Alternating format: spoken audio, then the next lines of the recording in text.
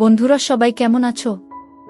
বন্ধুরা আজকে তোমাদের আপন মায়ের সাথে রাতে কাজ করার অসাধারণ একটি সত্য ঘটনা বলবো। গল্পটি শেষ পর্যন্ত শুনলে তোমরা বাধ্য হবে হাতের কাজ করতে।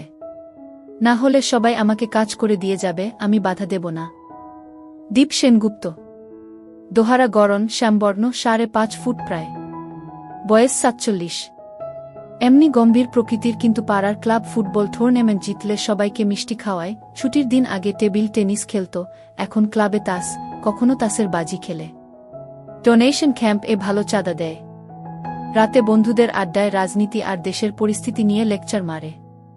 মাঝে মাঝে লাল পানি খায়। বেসরকারি কোম্পানিতে কাজ শুরু করেছিল সাধারণ সেলস স্টাফ হয়ে। তারপর পরিশ্রম আর অধ্যবসায়ের জোরে আজ ডেপুটি প্রোডাকশন ম্যানেজার।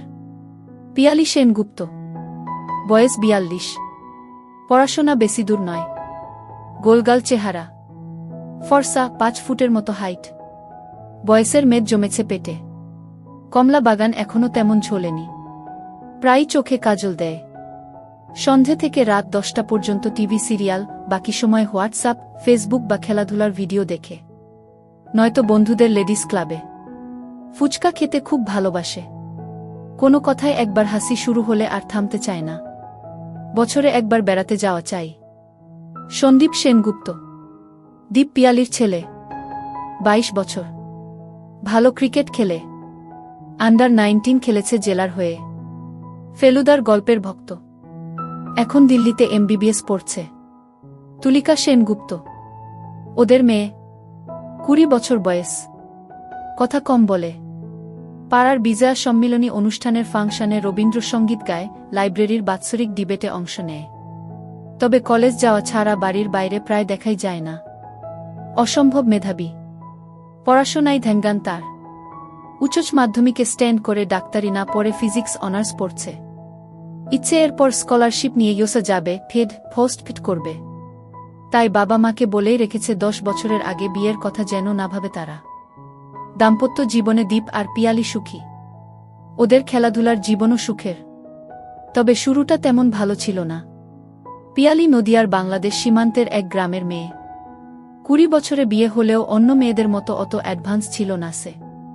একটু গেজও ছিল। ফুলসজ্জার রাতে তো একেবারে লজ্জাবতী লতা হয়ে বসেছিল। একটাও কথা বলেনি দীপের সাথে। আর দীপও জোর ফলাতে চায়নি। দীপের তখন মাত্র 25। পিয়ালিকে কাজ করে দিয়েছিল 1 মাস পর। তারপর সমবয়সী মামাতো ভাইয়ের পরামর্শে দীপ পিয়ালিকে ভালোবাসা দিয়ে একদম পাল্টে ফেলল 1 বছরের মধ্যে। গ্যাংটকে বেড়াতে গিয়েই শুরু হলো একটু অন্য রকমের খেলাধুলা। আর তারপর থেকে কোকশাস্ত্র আর বাদশায়নের বইয়ের নির্দেশ মেনে খেলাধুলা শুরু হলো। তখন এত ভিডিও পাওয়া যেত না, ইন্টারনেট ছিল না বলে দীপ নিয়মিত দুষ্টুমিষ্টি গল্প এনে দিত পিয়ালিকে। ভাই বোন, চাকর মালকিন, দেওর বৌদি, শ্বশুর বৌমার দুষ্টুমিষ্টি গল্প পড়ার পর রাত হলেই জমে থাকা মাঠের গরম মিশে যেত দীপের দেহে। দুজনেই তৃপ্তি পেত খেলাধুলা করে। ছেলে মেয়ে হবার পর বেশিরভাগ দম্পতি যেমন ওদের মানুষ করতে গিয়ে জীবনে খেলাধুলাটাই হারিয়ে ফেলে, ওদের হলো উল্টোটাই। ওরা যেন খেলাধুলা পাগল হয়ে উঠল। এখন তো সব রকম খেলাধুলায় পিয়ালি এক্সপার্ট। বসে, চড়ে, দাঁড়িয়ে, শুয়ে, 4 পায়ে, পেছন থেকে, যে রকম দীপ চায় পিয়ালি সেজন্য তৈরি। এই বয়সেও দীপের প্রবল আগ্রহের কাছে সপ্তাহে অন্তত 4 দিন, শনি, রবি, মঙ্গল, বৃহস্পতিবার পিয়ালিকে সাড়া দিতেই হয়। সেদিন শনিবার ছুটির হলেও অল ইন্ডিয়া সেলস প্রমোশন এর একটা মিটিং ছিল অফিসে। দিল্লি থেকে জেকব নামে দীপের এক কলিগ এসেছে। চূড়ান্ত পাকা খেলোয়াড়। একবার ব্যাংকে ডিস্ট্রিবিউটরস মিট গিয়ে ওর সাথে হোটেলে রুম শেয়ার করেছিল দীপ। প্রতিদিন ওর একটা মেয়ে চাই। দীপেরও তো বউ ছাড়া অন্য মেয়েদের কাজ করে দেওয়ার অভিজ্ঞতা ছিলই। বিয়ের পর একবার মামাতো বোনের বিয়ের দিন অন্ধকার ঘরে মাস্তুতো বোনকে কাজ করে দিয়েছিল দীপ। আবার দীপের বন্ধু বিজন ব্যাংকে চাকরি করত। প্রমোশন পেয়ে চলে গেল কানপুর। ওর বউ রিমা তখনও ওর সাথে যায়নি। খোঁজ খবর নেবার নাম করে পিয়ালিকে লুকিয়ে রিমাকে পুটিয়ে ফেলে প্রতি সপ্তাহে রবিবার একবার করে কাজ করে দিয়েছে প্রায় 1 বছর ধরে। পরের বউকে কাজ করে দেওয়ার মজাই অন্যরকম ছিল। তারপর তো রিমা বিজনের কাছেই চলে গেল কানপুর। আসলে জেকবের বউ স্কুল টিচার, খেলাধুলায় আগ্রহ কম। জেকব তাই সারাদিন প্রায় অফিসে পড়ে থাকে। হোয়াটসঅ্যাপের রেগুলার গরম ছবি পাঠায় দীপকে। আজও মিটিং শেষে হোয়াটসঅ্যাপ ফরওয়ার্ড করে বলল, এ একদম গ্রেট ক্লিপ হ্যায় দীপ, देख लेना भाभी को भी दिखाना। स्कूल कॉलेज का बच्चों की आजकल क्या हाल देखो ना। शादी के बाद ए बच्चों को कोई रोमांस नहीं रहेगा बस। शादी की पहले एक से एक मस्ती करेगा और शादी होगा दूसरों से, फिर डिप्रेशन डिवोर्स।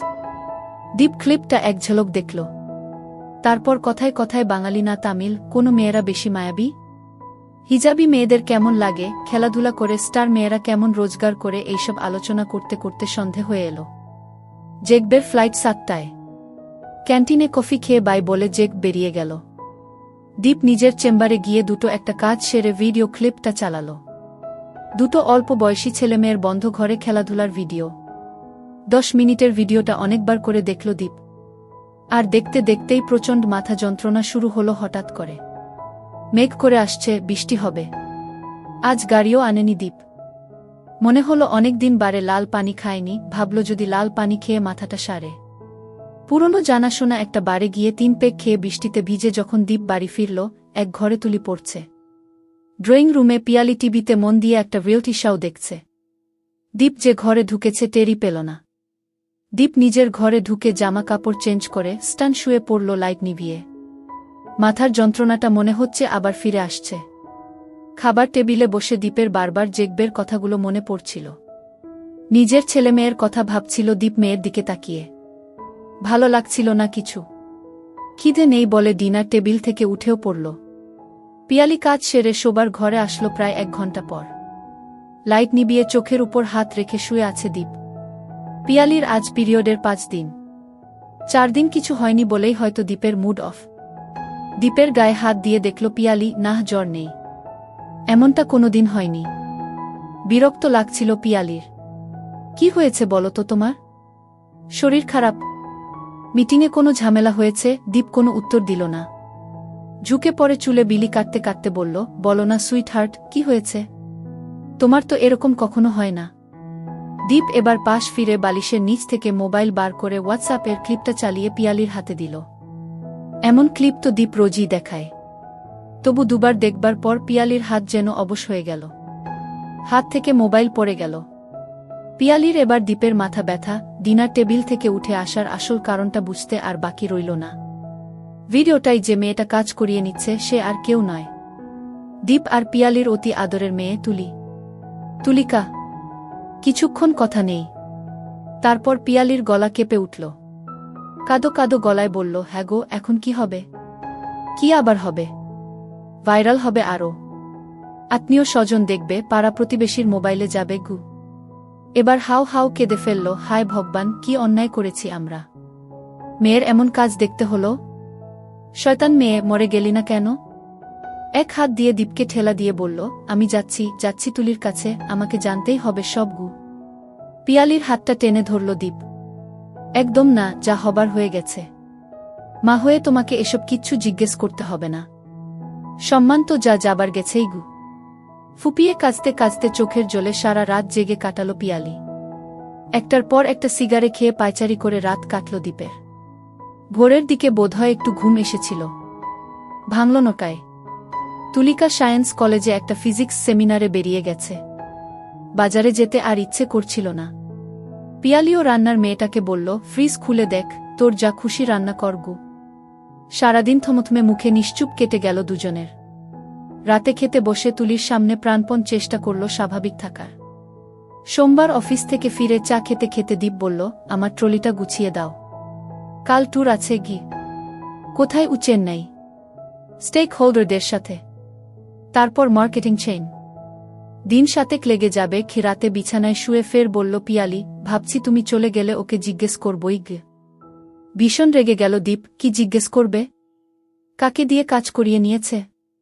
নাকি কতবার কাজ করিয়ে নিয়েছে সেটা? তোমায় সত্যি কথা বলবে তুলি? মাঝখানে আমাদের সম্পর্ক আর স্বাভাবিক হবে না। আর ওর পড়াশোনার 12টা বাজবে। আমার দিব্যি রইল, কিচ্ছু জিজ্ঞেস করবে না তুলিকে। মনে থাকে যেন গু। চেন্নাই পৌঁছে স্টেক হোল্ডার কৈফিয়ত দেওয়া, বসেদের ঝাড়, আর হোটেলে ফিরে পরের দিনের প্ল্যান, মার্কেটিং এজেন্টের ট্রেনিং, ব্লুপ্রিন্ট বানাতে বানাতে 1-1:30 বেজে যেত। ভিডিওর ব্যাপারটা মাথা থেকে কখন নেমে গেছিল দীপের। তখন হয় চাকরি বাঁচানো, নয় প্রমোশনের চিন্তা। অনেক পরিশ্রম করে দীপ এই জায়গায় পৌঁছেছে। এর কাছে নিজের মেয়ের ফাঁস হয়ে যাওয়া ভিডিও তো তুচ্ছ। 5 দিনের মাথায় দীপ একটু হালকা হলো। রাতে একটু লাল পানি হলে ফ্রেশ লাগে। এতদিন হোয়াটসঅ্যাপ খোলারও সময় পায়নি। খুলে দেখল নানা রকমের জোকস, ফেক নিউজ, অজস্র গুড মর্নিং আর গুড নাইট। দিল্লি থেকে জেকব আবার কতগুলো ছবি পাঠিয়েছে। গ্রামের মেলায় একটা নাচের ক্লিপ। দর্শকদের মধ্যে বাচ্চা বুড়ো এমনকি মহিলাও রয়েছে। টাকা দেখলে মেয়েরা স্টেজ এর ধারে এসে ঘাগরা তুলে দিলেই বকশিসদাতা তার ভেতর টাকা গুজে দিচ্ছে। ঘুম পাচ্ছিল দীপের। কি মনে করে দীপ জেকবের পুরনো ভিডিওগুলো দেখতে দেখতে সেই সর্বনাশের ভিডিওটা আবার খুলল। আর এক পেগ লাল পানি পান করতে করতে ঠান্ডা মাথায় সেটা চালাল। অন্তত 50 বার দেখা ভিডিওটা দীপকে আবার নতুন ভাবাতে শুরু করলই, আর ও আশ্চর্য হয়ে লক্ষ্য করল লোহার মতো শক্ত হয়ে আছে। আরও এক পেগ নিল দীপ। এবার হচ্ছে। মাথা ঝিমঝিম করছে, দৃষ্টি ঘোলাটে হয়ে আসছে। জেকবের ছবিগুলো আবার দেখতে শুরু করল দীপ। মনে হলো শ্রাবন্তী, অলিয়ার মতো নায়িকারা জ্যান্ত হয়ে সামনে দাঁড়িয়ে ওর দিকে চেয়ে হাসছে, ডাকছে যেন হাতের ইশারায়। অনেকদিন পর হাতের কাজ করে শাওয়ারে ঠান্ডা জলে স্নান করে আধখানা পাইপ খেয়ে হোটেলের নরম বিছানায় যখন টান টান হলো, ঘড়িতে তখন রাত 3টে। সারাদিনের পরিশ্রমের পর মুহূর্তের মধ্যেই মরার মতো ঘুমিয়ে পড়ল দীপ। 7 দিনের জায়গায় 10 দিন লেগে গেল ফিরতে ফিরতে। তারপর চেন্নাইয়ে ফ্লাইট 2 ঘন্টা লেট। রাত 10:30টায় বাড়ি ফিরে কলিংবেল বাজাতে দরজা খুলে দিল পিয়ালি। ট্যুর থেকে ফিরলে তুলি দৌড়ে এসে দরজা খোলে। তুলির পছন্দের চেন্নাইয়ের ঘি ব্যানানা চিপস এর প্যাকেটটা পিয়ালির হাতে দিয়ে বলল, দীপ, তুলি কোথায়? ওর ঘরে। কিছু বলেছ নাকি? পিয়ালি উত্তর দিল না। স্নান করে ফ্রেশ হয়ে খাবার টেবিলে বসে তুলিকে ডাকতে যেতেই পিয়ালি বলল, তুমি খাও, ওর খাওয়া হয়ে গেছে। কিছু বলেছ নাকি? পিয়ালি এবারও নীরব। দীপ বিরক্ত হল। কি হলো, কথা কানে যাচ্ছে না? তুমি রাগ করবে না তো? বলেছি বেশ করেছ। আমিও কদিন ধরে ভাবছিলাম আমাদেরও আসল ব্যাপারটা জানা দরকার। তাছাড়া ও নিজেও নিশ্চয়ই জানে না ভিডিওটা ছড়িয়ে যাবার ব্যাপারটা। ছলছল চোখে তাকাতে তাকাতে টেবিলে মাথা ঠেকিয়ে হাউ হাউ করে কেঁদে উঠল পিয়ালি, মেয়েটা আমার মরে যাবে গো। আজ 4 দিন ধরে ঘর বন্ধ করে কেঁদেই চলেছে। পড়া নেই, স্নান নেই, কোনো রকমে একবেলা একটু খাওয়াতে পারছি। দীপের গলায় সম্বেদনা নেই, আছে কৌতূহল। কি বলল? ছেলেটাকে? বাংলাদেশের ছেলে, ন্যাশনাল স্কলারশিপ নিয়ে এদেশে পড়তে এসেছে। নাম বলল মেহেদী হাসান মিন্টু। ওর ও ইউএস টার্গেট বলেই একসাথে কনসাল্ট করে পড়ে। তাতে কি হলো? কি আবার হবে, ওর বাড়িতে গিয়েছিল।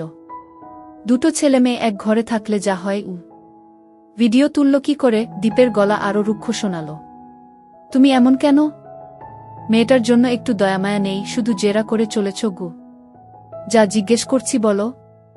দীপের স্বর আরও কহর। ও বলছে ওরা জানে না।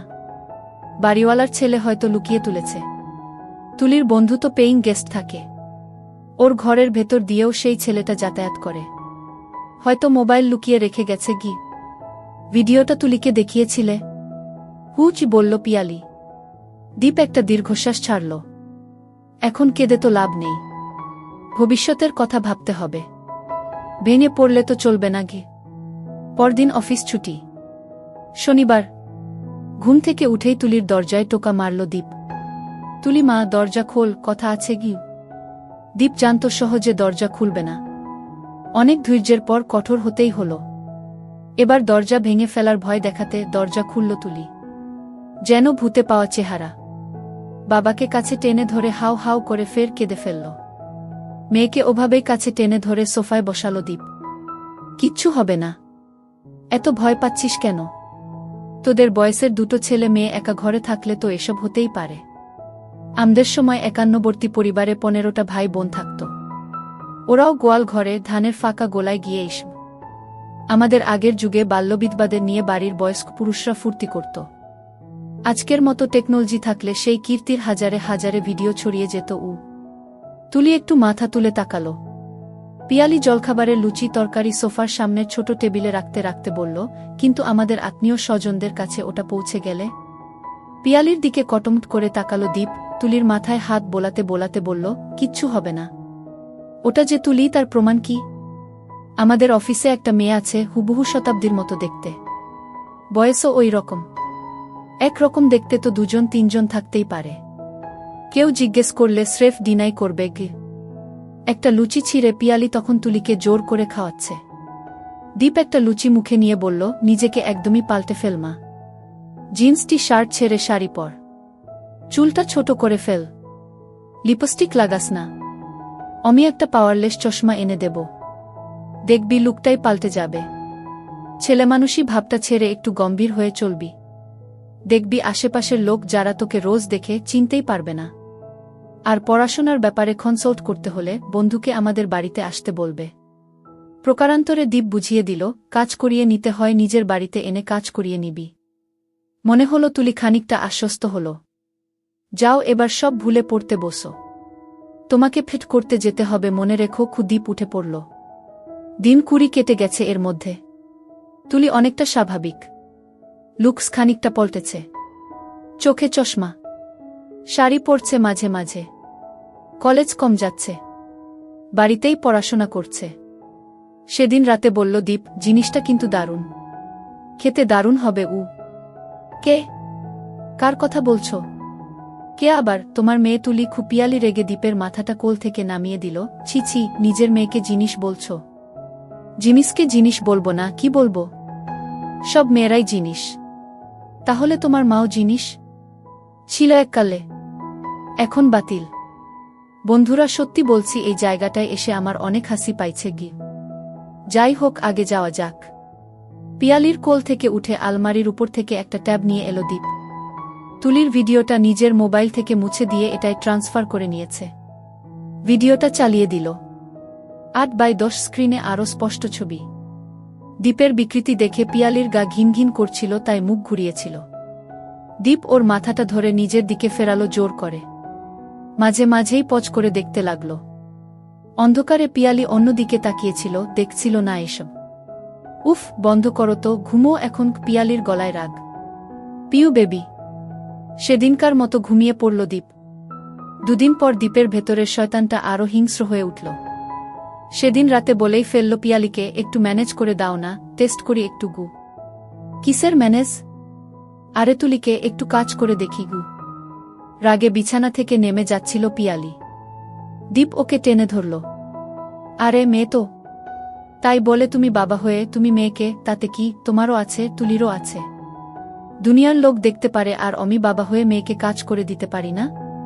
কদিন ধরে একই কথা বলে চলেছে দীপ, ম্যানেজ করো, ম্যানেজ করো, ম্যানেজ করো। রাতের খেলাও বন্ধ। পিয়ালির এখন রোজ কাজ করিয়ে নেওয়ার অভ্যাস হয়ে গেছে। দীপ রাগে মুখ ঘুরিয়ে ঘুমোয়। কদিন বাদে এবার দীপ পিয়ালিকে রোজ চড় থাপ্পড় লাথি মারতে শুরু করল রাগে। পিয়ালির আর উপায় ছিল না, বলতেই হলো তুলিকে, তোর বাবা তোকে চাইছে। তুলি প্রথমে বুঝল না, তাকিয়ে রইল। তোর ভিডিও দেখে তোর বাবা পাগল হয়ে গেছে, তোকে বোঝানোর জন্য আমাকে রোজ মারধর করছে রে। প্লিজ একবার রাজি হয়ে যা। নিজের ভিডিও লিক হয়ে যাবার পর তুলি মানসিকভাবে অনেক দুর্বল হয়ে গেছে, কোনো জবাব দিতে পারল না। পরদিন আবার তুলিকে ধরল পিয়ালি। কি রে, কিছু বল, রাজি হয়ে যা সোনামা আমার। তোর বাবার হুকুম, তোকে রাজি করাতেই হবে। 5 দিনের মাথায় ইশারায় জানালো তুলি রাজি। অফিস থেকে সাধারণত ফোন করে না দীপ, 3 দিন ধরে রোজ ফোন করছিল। আজ ফোন করতেই সুখবরটা পেয়ে গেল। অনেক উৎসাহ নিয়ে বাড়ি ফিরেও নার্ভাস হয়ে গেল দীপ। বুঝতে পারল না কি করে কাজ শুরু করবে। যতই হোক, নিজের মেয়ে তো। নিজের উপর বিরক্ত হয়ে ক্লাবেই চলে গেল তাস খেলতে। রাতে পিয়ালি বলল, কি হলো তোমার? হাতে মারধর খেয়ে সব ব্যবস্থা করে দিলাম, আর কিছুই করতে পারলে না? নার্ভাস লাগছিল পিউ, তুমি যদি একটু হেল্প করতে। কোনো হেল্প করব না, আমাকে দিয়ে যখন মেয়েকে এ কথা বলাতে পেরেছ, যতক্ষণ না কাজ হচ্ছে ততক্ষণ হেল্প করব। পরের দিন দীপ সাহস সঞ্চয় করল, আজ কিছু একটা করতেই হবে। অফিস থেকে ফিরে দেখল তুলি টুলে বসে টেবিলে ল্যাপটপে কাজ করছে। চা খেয়ে পাইপ ধরিয়ে তুলির পিছনে গিয়ে দাঁড়ালো দীপ। তুলি তাকালো না পিছনে। রাতে ডিনারে বসে দুবার তুলির বাগানে কুনুই মারল। তুলি এবারও স্বাভাবিক রইল, নিজেকে সরিয়ে নিল না। দীপেরও বুঝতে বাকি রইল না, তুলিও রাজি। পরদিন অফিসে বসেই প্ল্যান করেছিল দীপ কি করবে। বাড়ি ফিরে চা খেতে খেতে তুলি আর পিয়ালির সাথে স্বাভাবিক কথাবার্তাই হল। তুলি যেন জানেই না কাল কি হয়েছিল। তুলিও কালকের মতো টুলে গিয়ে বসতেই দীপ পাইপ ধরিয়ে পিছনে গিয়ে দাঁড়াল। তারপর ঝট করে তুলির